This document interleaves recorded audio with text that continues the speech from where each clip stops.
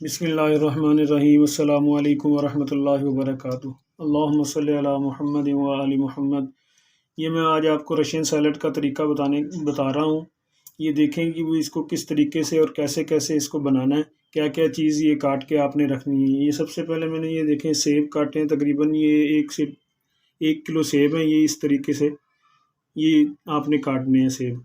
उसके बाद 1 अदद अनार है, ये देखें ये अनार 1 अदद, और तकरीबन 1 दर्जन केले ये इस शेप में आपने काटने हैं। ये ठीक हो गया।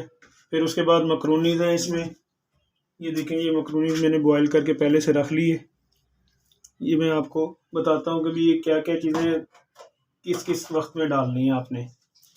सबसे पहले आपने जो सब गलती होती है जिससे ये रशियन सैलड में पानी आना शुरू हो जाता है, पानी निकलता है, वो नहीं होगा। आपने क्या चीज़ सबसे पहले डालनी है, आपने आधा कप इसमें दूध डाल देना है। ये दूध डाल दिया। फिर उसके बाद आपने 1 पैकेट जो है ना इसमें क्रीम का डाल देना है। हलीब ले लें, जो मर्ज़ी ले लें आप। हलीब का 1 पैकेट हो गया, क्रीम का। उसके बाद 1 पाव आपने इसमें मायोनीज़ जो है ना वो डाल देनी है, 1 पाव।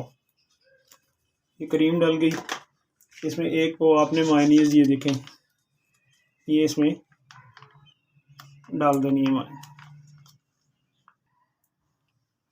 आधा कप मैंने इसमें दूध का लिया है, 1 पैकेट क्रीम है और 1 पाव मैंने इसमें मायोनीज़ डाली है। आपने इसमें अगर मीठा तेज़ खाते हैं तो तेज़ डाल लें, वरना 3 से 4 चम्मच इसमें ये आइसिंग शुगर जो है ना वो आपने, अगर नहीं बाज़ार से लेनी तो घर में ग्राइंड कर लें इसको, शुगर को।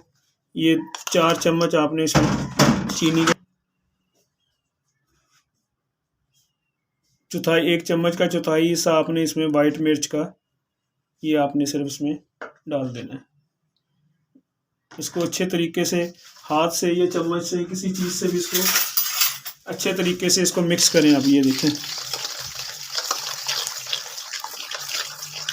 इसको अच्छे तरीके से आपने इसको मिक्स कर लेना है, कोई चीज़ में गुठली ना बने किसी किस्म की भी। ये चीनी और ये चीज़ें मिक्स करेंगे तो इससे ये ना पानी नहीं छोड़ेगा। जब आप फ्रूट पे पानी ये चीनी डालते हैं, ये चीज़ें डालते हैं, उससे वो पानी छोड़ देता है। फ्रूट जो है ना वो पानी छोड़ देता है, इससे आपका फ्रूट जो है ना पानी नहीं छोड़ेगा।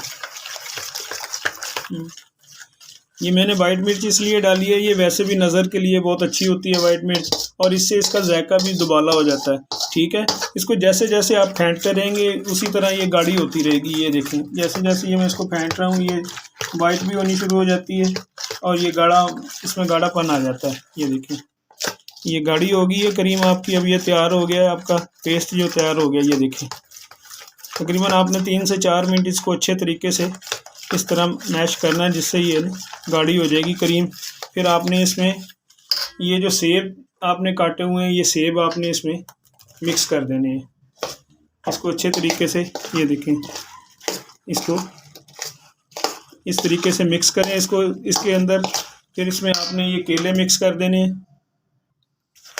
हाँ जी, ये मैंने आपको बताया था कि 1 किलो मैंने सेब लिए हैं। ये काला कुल्लू, ये कोई सख्त वाला सेब हो, नरम ना हो, जिससे ये सलाद जो है ना मिक्स ना, इसमें सेब टूटे ना जो। ये देखें अब इसमें आपने ये 1 दर्जन जो मैंने केले लिए थे वो आपने इसमें मिक्स कर देने। और ये मकरूनीज़ जो है वो आपने इसमें मिक्स कर देनी है। ये देखें उसके बाद ये अनार इसमें डाल दें अच्छे तरीके से। इसको 1 अदद अनार मैंने इसको इसमें डाला था। ये देखें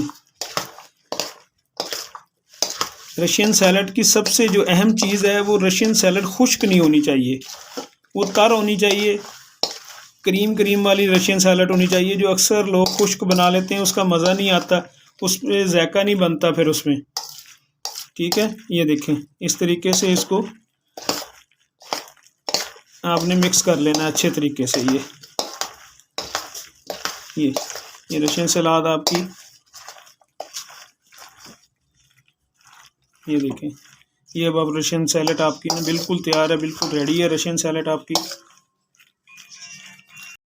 ये देखें हमारी रशियन सैलड बिल्कुल तैयार हो गई है और बिल्कुल अच्छे तरीके से ये मिक्स हो गया है। जैसे ये देखें जैसे क्रीम आपको ऊपर ऊपर नज़र आ रही है ना, इस तरह ये रशियन सैलड होनी चाहिए, खुश्क नहीं रशियन सैलड होनी चाहिए। ये देखें इस तरीके से ना क्रीम ऊपर नज़र आनी चाहिए इसकी। ठीक, और अगर आप इससे अलावा कोई ड्राई फ्रूट भी डाल सकते हैं, और इसके अलावा कॉकटेल का डब्बा भी डाल सकते हैं। हर चीज़ मुझे इसी तरह सिंपल पसंद है, मैं इसलिए अपने लिए सिंपल ही बनाता हूँ।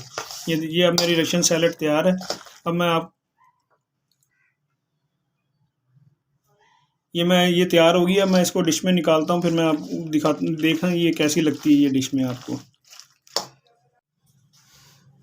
ये देखें, मैंने इसमें डिश में इसको निकाल लिया है, लेकिन ज़बरदस्त लग रही है। अब आप इसको कवर करके इसको फ्रिज में रखें। तकरीबन 1 घंटा आप इसको फ्रिज में रखेंगे, उससे ये बहुत ज़्यादा ठंडी हो जाएगी। जितनी ज़्यादा ठंडी होगी उतनी ज़्यादा मज़ेदार होगी। ठंडी होने के बाद अपने मेहमानों को और ख़ुद भी इसको खाएं। अल्लाह हाफिज़, फ़ी अमान अल्लाह। नेक्स्ट वीडियो में इंशाअल्लाह फिर मुलाकात होगी। मेरे चैनल को सब्सक्राइब करें और लाइक करें।